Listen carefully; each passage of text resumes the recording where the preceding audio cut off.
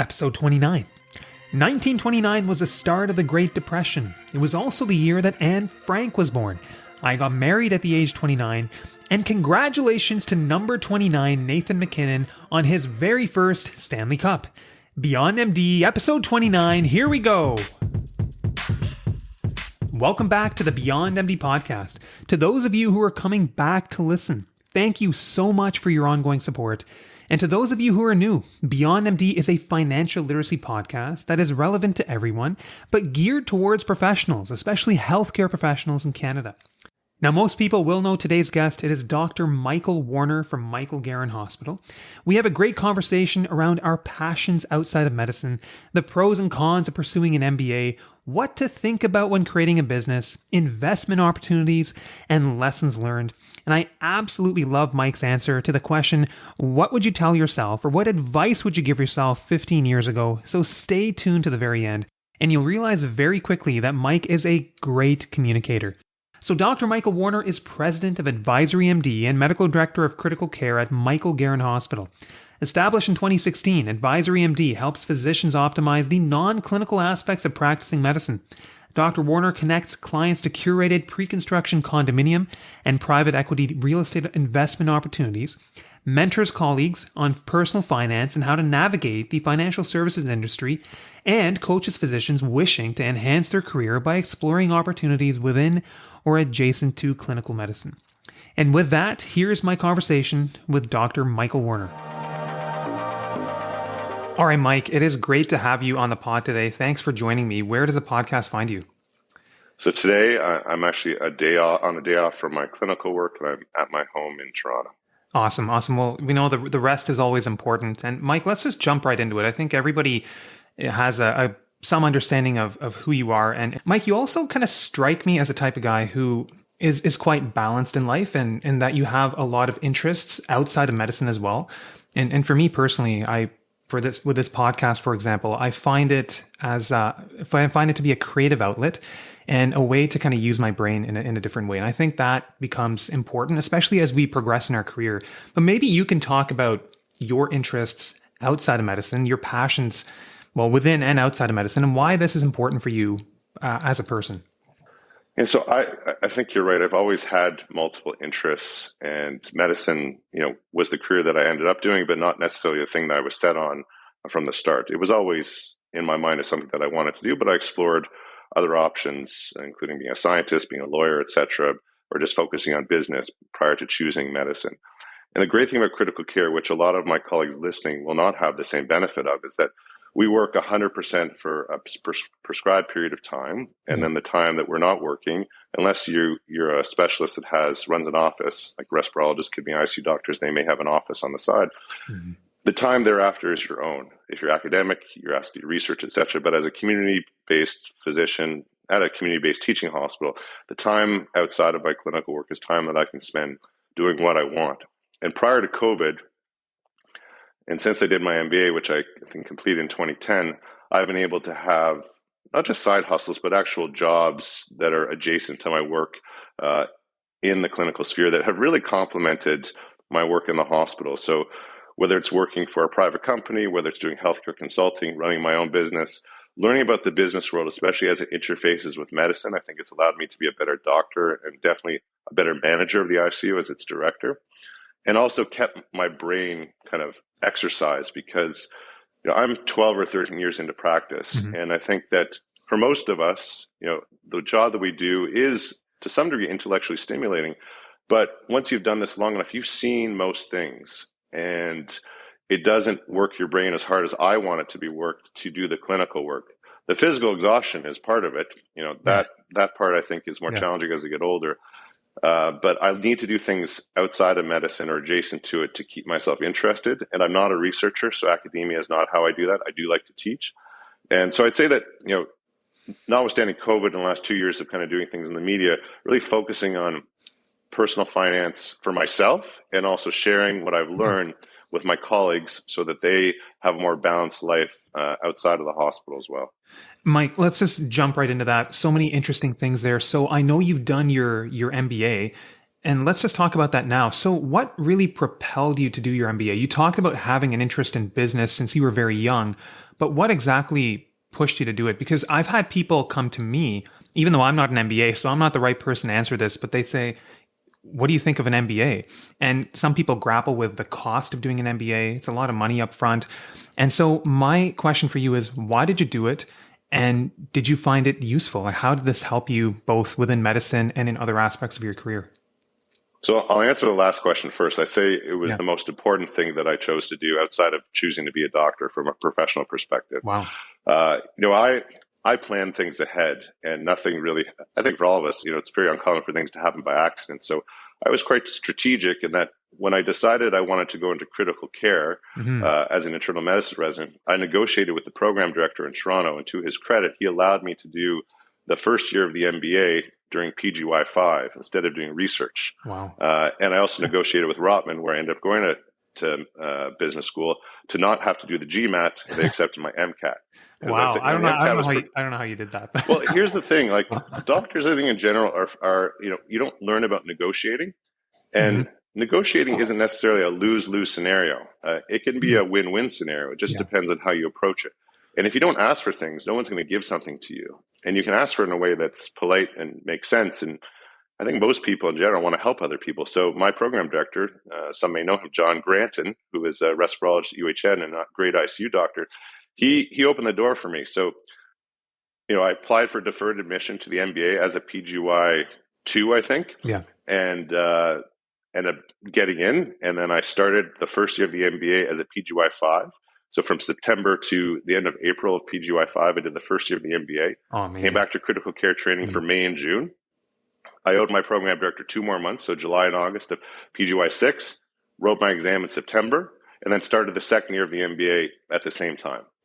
And I think for me, doing the MBA as I transitioned to independent practice was the best possible time. There are lots of MD, MBA programs in the United States. There's a handful in Canada. The challenge with doing business training while you're a medical student is that if you choose to be a resident thereafter, we all know how our time is controlled as a trainee.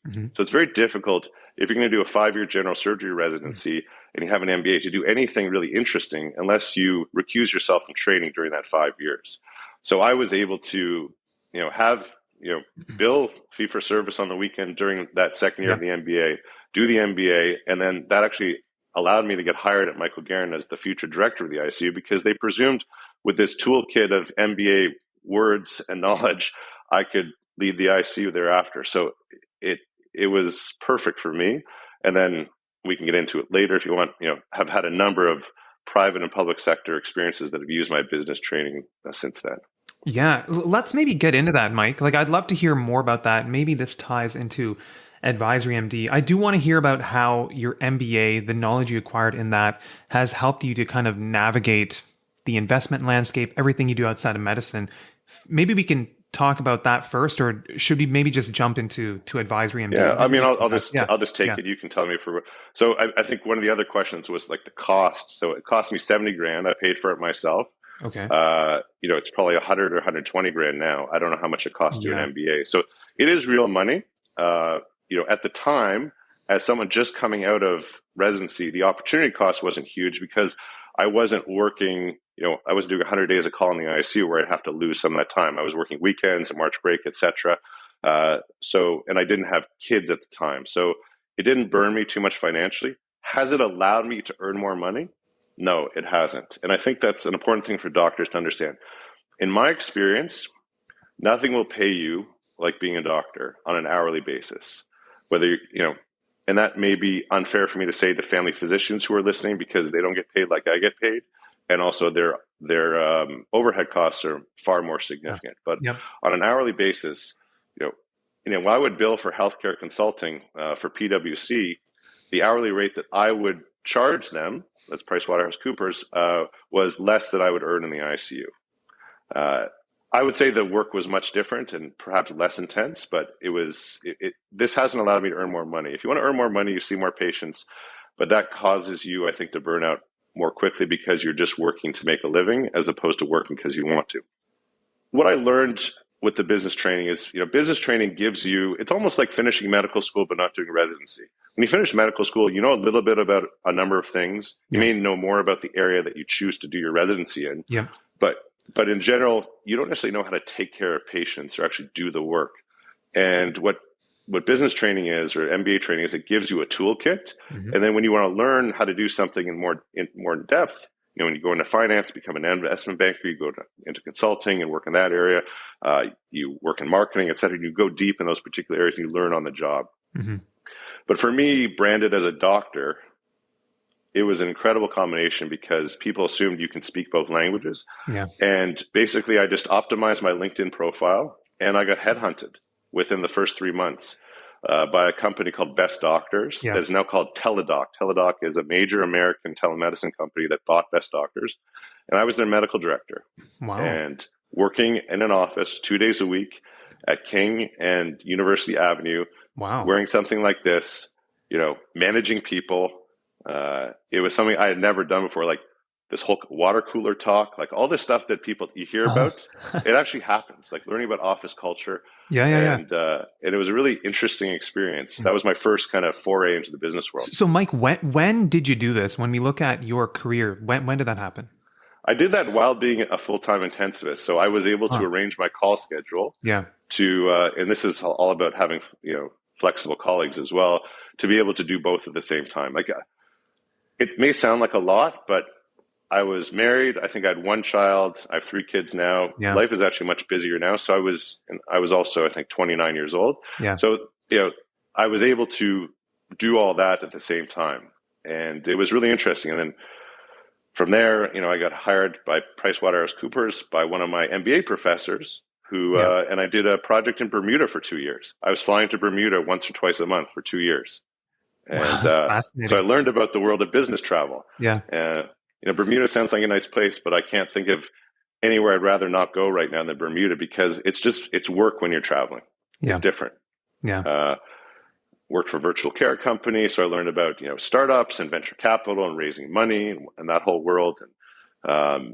And then eventually found my way to Advisory MD, which we can talk about kind of later, but which is where I've been since 2016, which is my own company Yeah. Yeah. that I run. Fantastic. So looking back when you were practicing as a full-time intensivist and doing the business work on the side, I think you had a couple things going for you. You said you were 29, so you had a lot of energy, and you still have energy, but we always have more energy when we're young. And you had one kid. Now you guys are outnumbered. The game has changed a little bit, right? So Mike, obviously the MBA equipped you. It gave you describe it as getting a toolkit to kind of speak the language, understand the basics. And I'm sure this helped you when you were launching Advisory MD. So tell us now a bit about Advisory MD. Kind of what is it and what's the mission behind it? Yeah, I'm gonna I want to go back to the earlier question before. Like doing the Yeah. MBA training also helped me in the hospital. Yeah. So I ended up being hired as the director of the ICU, and in the MBA, which is very different from medical school, and the hardest part of the MBA is actually working in groups. So as Hmm. doctors, you go to medical school, you jump through all these hoops. People tell you you're smart, you think you're pretty smart, Yeah. and medical school is taking this much knowledge and putting it into your brain. Yeah. Um, Memorizing a bunch of stuff, obviously learning it, but you could do that by yourself.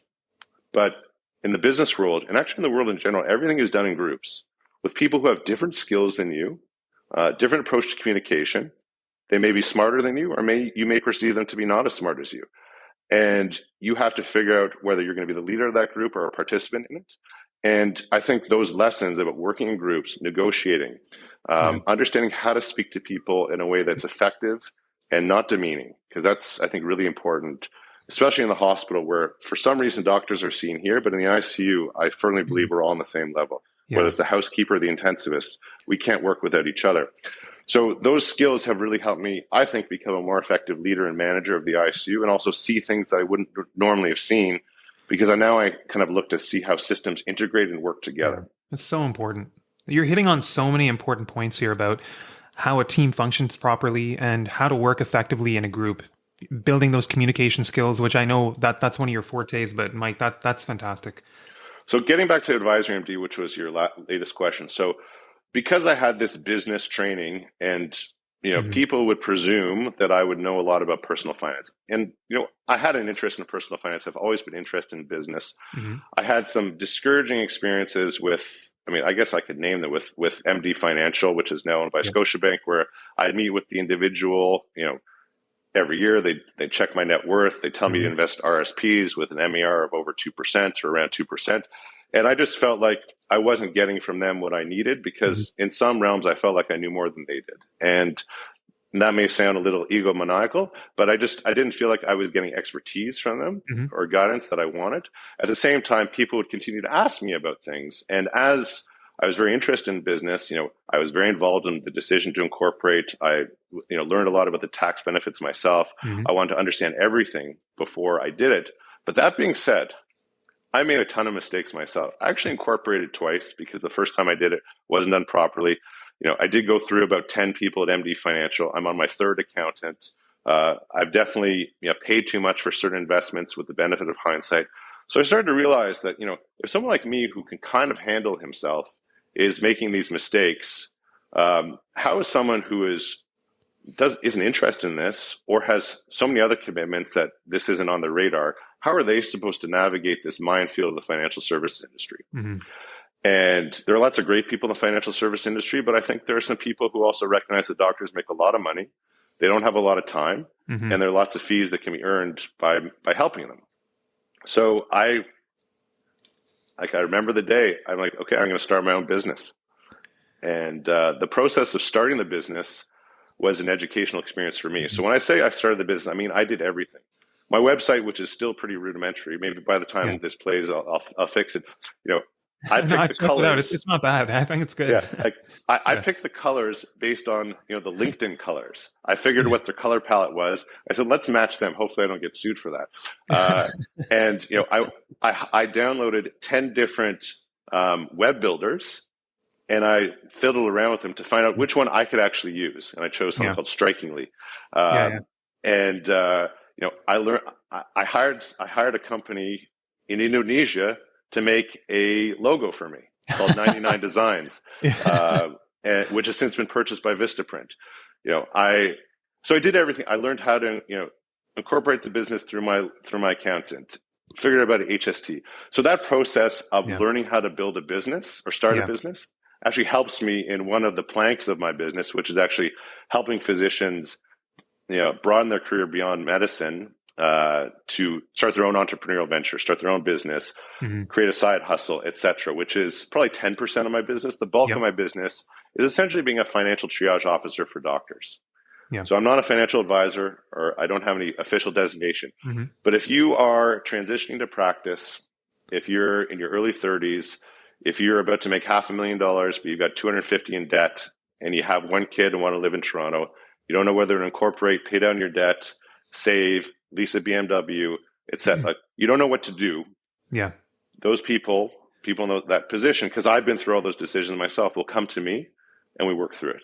Very, very good. Because I think, Mike, one of the issues is when we're training, we don't get any exposure to this material. And then when we start practice, there's just a lot of moving parts, right? And you want to obviously focus a lot of your energy on being the best physician that you can be. And when that's happening, I think it's just really difficult to find the bandwidth sometimes to really grasp this material, the finance material, and to best navigate it. So, Mike, you talked about starting your own business and the process of that. What is your advice? Can you speak to just other people who listening to this may have a side passion and they're maybe hoping to start a side gig, but do you have any advice on how to best grow that side gig, push on forward, and even take it to the next step, and how to monetize things? Because I think sometimes in medicine, we by nature and by our training, we are maybe a bit altruistic and we don't think about the finance side of things, and that can be a struggle for some of us. But can you speak to some of these things? Yeah, for sure. And I can speak from my own experience. I will also say that just a little bit more about Advisory MD. You talked about physicians, having a difficult time maybe navigating the financial service industry, et cetera, or they're busy with their clinical practice. I think the two are completely linked. And this is something I've really been thinking a lot about lately. The connection between financial security and planning and mitigating physician burnout. It's something that I've talked on other podcasts about. And I think that you don't have to be a savant when it comes to finance, but if you neglect it, a crazy medical analogy is like, if you don't get your colonoscopy, you can have surprises down the road. There's certain things that you may not want to do, but you have to tend to them or else they'll fester. And personal finance is one of them. But getting back to your other question about how do you actually do this? It's hard. It's really hard. I'm of the belief that if you want to truly succeed and really push something to the next level, you have to dedicate most of your time to it. Hmm. And that's difficult because, and I'm 43. I've got a mortgage. I got 3 kids. I make a very good living in the ICU. Hmm. I can't afford to just set that aside and Yeah. go 100% on advisory MD. I can't. Yeah. So I have to accept that, or maybe I could, but my risk tolerance is such that I won't Yeah. at this stage. Fair enough. And that's some people have different risk tolerance, and I think without taking significant risk, unless you're just lucky, it's hard to have significant financial reward when it comes to starting a business. So things were ticking along pretty well with Advisory MD, and then COVID happened, and COVID became my singular focus, both Mhm. clinically and professionally, but also the amount of time that I spent on the education piece through the media, and I see it as education and Yeah. advocacy. It's hard to put into words how much time that took or continues to take. And my business is what suffered because I didn't stop doing the clinical work. And now that, who knows what's next with COVID, but as wave 6 hopefully has Hmm. peaked and perhaps on the other side of it, Hmm. um, you know, I have to figure out, and I'm very straight, I'm very honest with you. So people know who I am, right? But they know who I am because of COVID. So how do I pivot from being what I think is a good communicator in the hospital and with the public and with, about COVID, and use that to grow my business? Hmm. How do I do that? Can I do that? Can I make that switch and pivot in a way that's honest? And because none of this was planned, right? So I think if you're a physician who wants to start your own business or do a side hustle, Yeah. I think incrementalism is probably the way to go at first. Hmm. And there's ways to test the waters depending on what you want to do. So if you want to do something adjacent to medicine, it can start with just figuring out what your special sauce is, like what Yeah. you're good at, Yeah. and accentuating that on social media. LinkedIn is very effective. Twitter, maybe not so effective for business, but LinkedIn can be quite effective. Figure out what you're good at. Hmm. And, when I was a kid, my dad was an entrepreneur and he had different businesses, and he took me knocking on doors to give Hmm. out flyers. I hated it. I felt very uncomfortable. Yeah. But you know what? You have to knock on doors. You have to send emails. You have to cold call people. You have to put yourself out there. The worst thing that can happen is someone says no. But I think most people want to help other people. So if there's something you want to do and someone's doing it or can help you, reach out to them. Mike, there's so much wisdom there, I think. And I think one thing you spoke to that's really important is, well, how much time can you afford to put into your side gig? And that depends on your risk tolerance. And then one thing I've learned over time is, and I think this is maybe a tendency in our profession. Like a lot of us are self-employed professionals, and we tend to be, a lot of us tend to be high achievers. A lot of us tend to be perfectionists. And then there can be a tendency to want to do everything ourselves. I have fallen victim to this. So, for example, one thing I have recently finally decided to do is audio editing for the podcast. I'm outsourcing that now. I'm getting somebody else to do it so I can focus on learning the content and interviewing people like you. I think that's one thing in my mind that's maybe important to keep in mind. And when I went to Advisory MD, I think correct me if I'm wrong, but there may be some focus or interest in real estate. So, and I think I've heard you talk about cash flowing investments. So maybe we can segue now into kind of what your approach is, like what kind of, you can speak broadly or as specifically as you Sure. want. What kind of investments do you hold? What kind of cash flowing investments do you hold? And what's kind of worked and what hasn't worked for you? So I'm going to unpack this in a number of different ways. So the first thing I would say is that, what I've learned through business is that the world of business and Yeah. opportunity is related to connections. Mhm. So that's why I will, take any opportunity to meet with someone and talk to someone just to have that touch point with them, because you never know when that person can help you or when you can help them. And it Mhm. really is a virtuous circle in business. Yeah. Obviously, sometimes competitors try and, affect each other in a negative way, but in general, people are trying to help each other. And when I initially started Advisory MD, I was focused on the transition to practice clients because that's what I had just gone through. And I Yeah. still do that, where I provide a custom financial assessment for people who are, in the first 5 years of practice, to make sure they're on the right track and connect them with people in my network who actually have designations, who I trust and who I work with to, make sure that they're on that pathway towards financial security. However, as I kind of floated my own boat in the stock market, paid off my own debt, I realized that there are other ways to invest my money Yeah. that don't necessarily parallel the stock market, that can hedge me against it, protect me from those ups and downs, Hmm. and diversify myself. And I also, through my business connections, met people who do this type of investing. I wouldn't have stumbled upon them had I not started my own business, because through my business connections, I just meet a lot of people. And so I've been able to successfully invest in two main areas of real estate. Hmm. The first would be real estate private equity. Okay. And that is basically, um, a general partner in a private equity firm Yep. goes to accredited investors, so investors who meet certain criteria, of which most physicians would meet that, Hmm. and they raise capital to purchase, for example, a plot of land in the GTA that's going to become houses in the future.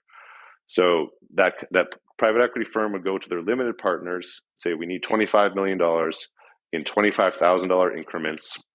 Obviously, you can spend more if you want, to buy notional units in this development. And when those houses are built and sold, the revenues, which hopefully will be profits, will come to the limited partners. Hmm. It's your money's tied up, but you don't have to do any work. Right. And that can be done through a corporation or through RSP or TFSA if you have room. And I've done now 14 of these in Okay. multiple Wow. different geographies, Wow. multiple different types of developments, straight land, condos, houses, Canada, and the United States. And I think for physicians, this is, at least for me, a way to dabble in real estate without putting all my chips in and becoming a landlord, which has a pain in the rear end factor that a lot of doctors don't really want to deal with.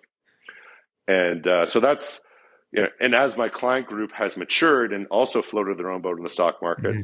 through relationships that I share these opportunities with my physician clients Yeah. and also other clients. They don't necessarily have to be doctors. And the second would be pre-construction condominiums, Hmm. which has more of a pain in the rear end factor, but the income you earn is treated as a capital gain as opposed to straight income. So there's some tax benefits.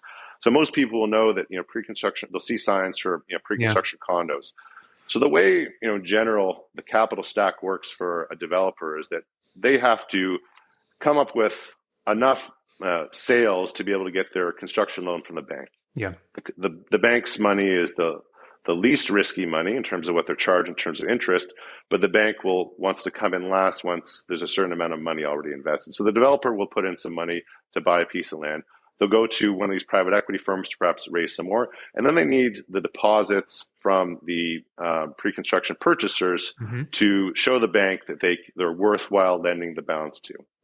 That money technically is held in trust by a legal firm. So, when you buy a pre-construction condo, the developer doesn't get the money, a lawyer does. There's actually insurance policies that can be purchased on those deposits to help show the bank that you have those deposits in place. Anyway, when you buy a pre-construction condominium, you typically have to put 20% down within the first period of time, Yep. 9 months, a year.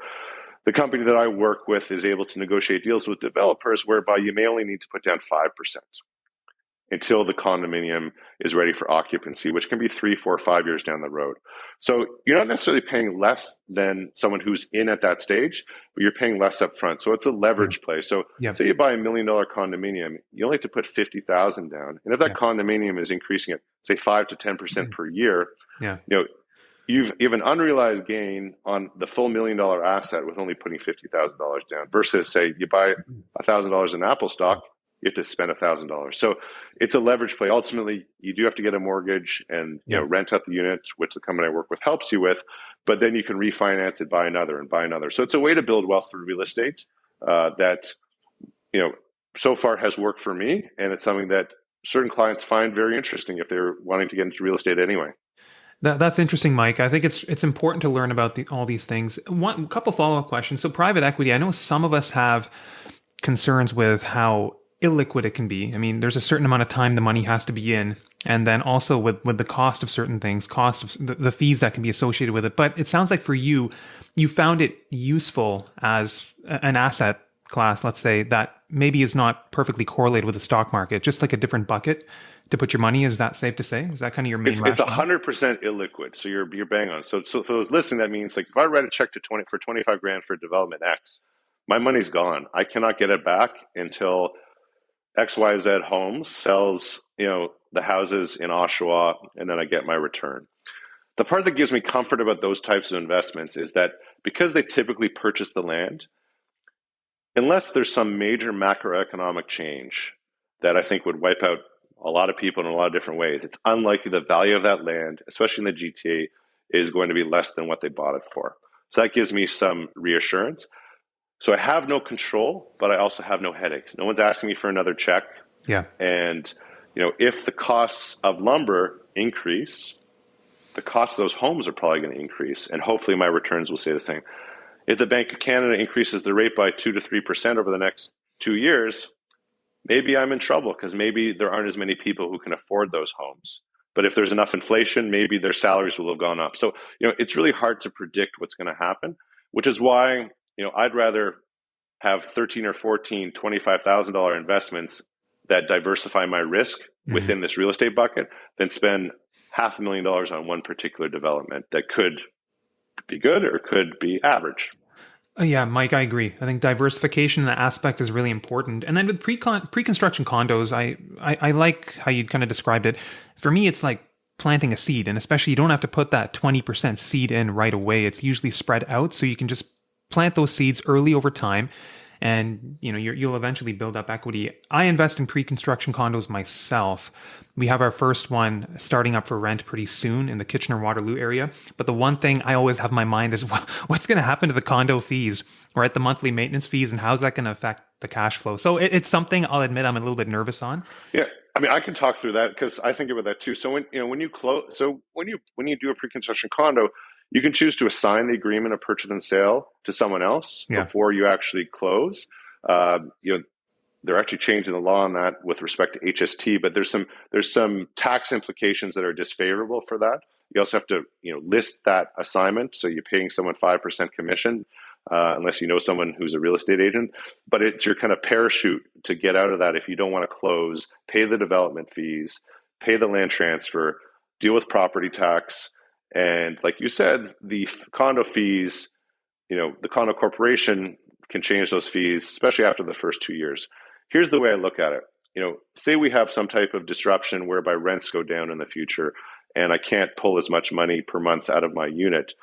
If that $1 million unit is still appreciating on, unrealized by 5% per year, which is a relatively low estimate, I got 50,000 of unrealized gains. I have to be underwater by 50,000 a year just to break even. Of course, there's tax issues there, so it's not a 100% apples to apples comparison. But you get my point. Like, I think that even if you're cash flow negative month over month, if that asset is increasing in value, there's still some investment benefit there. But doctors, you have to be able to ride out those storms and be able to make enough money through your clinical work to ride those cash flow negative months out. Yeah. And you know what? I've been studying the kind of past interest rate hike cycles to kind of understand how high do they go and how long do they stay high for. And I know that there's going to be a period of about 2-3 years where the rates are going to be higher.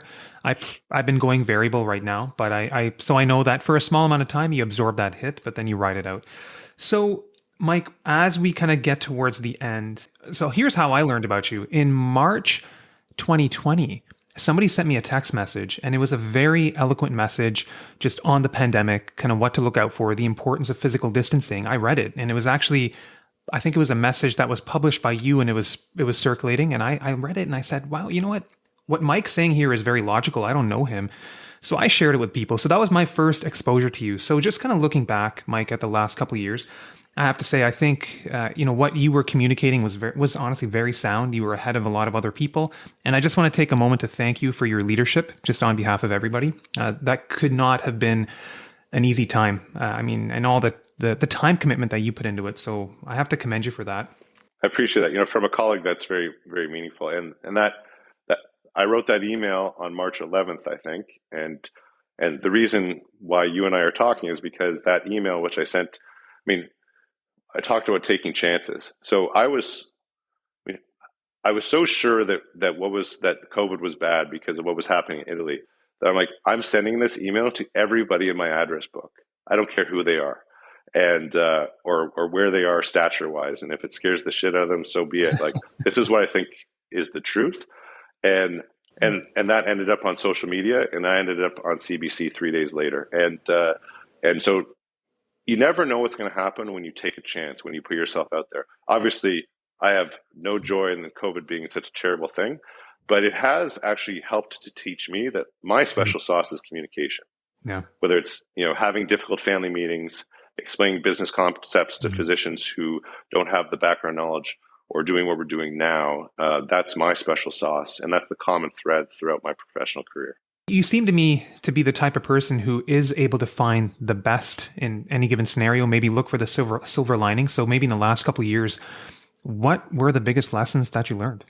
So if we're focusing on COVID, I, like many doctors, I had a comfortable, relatively privileged life. I went to independent school. I didn't have to work to put myself through school. I accumulated debt throughout university, but I was able to pay it off at the end of the day. So I'm very fortunate. And I think as a doctor, even if you come from that background, you learn through the patients that you see that not everybody has the life that you lead. Whereas if you just, lived my life and became an investment banker, you wouldn't necessarily know how most people in the world live and the challenges they face. But notwithstanding that, COVID showed me, because I saw who I was intubating, who was dying, that there really are essential people upon whose shoulders, we sit, whether they work at an Amazon factory or deliver, food to your house or are checkout clerks at your grocery store. And they tend not to look like me. They tend to be racialized people who are new Canadians. And I felt like, although they have their own voice and they don't need me to advocate for them, they may not have the social capital or agency or time to do it. So I think that the most important lesson that I learned is that I really need to appreciate how fortunate I am and do everything possible to support and advocate for people who may need that hand up, who just because they're born in another country or didn't come to Canada, until two years ago, they have a different place in society from me. And that's not fair. They need to be just as important and just as protected as everyone else. I think physicians have a major role in advocating for other people. You can do that at an individual patient level, or you can do it the way that I've chosen to do it. And advocacy is the most important job that I've had in the past 2 years. Yeah. Mike, that's really well said. And I just want to say well done. And so the last question I really want to hear from you is, what advice would you have for Michael Warner 15 to 20 years ago? I think that, well, I'll talk about finance first. So I'm on my third house. I think if I had to do it over again, I'd actually buy the biggest house I could afford up front. Yeah. But that's with retrospective knowledge of what's happened with the real estate market and interest rates on mortgages. I think that, never be 100% certain that the path you think you're on is the path you're going to be on. Mm-hmm. Be open to new opportunities, because you never know, how meeting people or interacting with people is going to change your trajectory. And always take the opportunity to help someone else. I mean, for the doctors listening here, I give talks about getting into medical school to the high school that I went to. I just was doing that talk last week.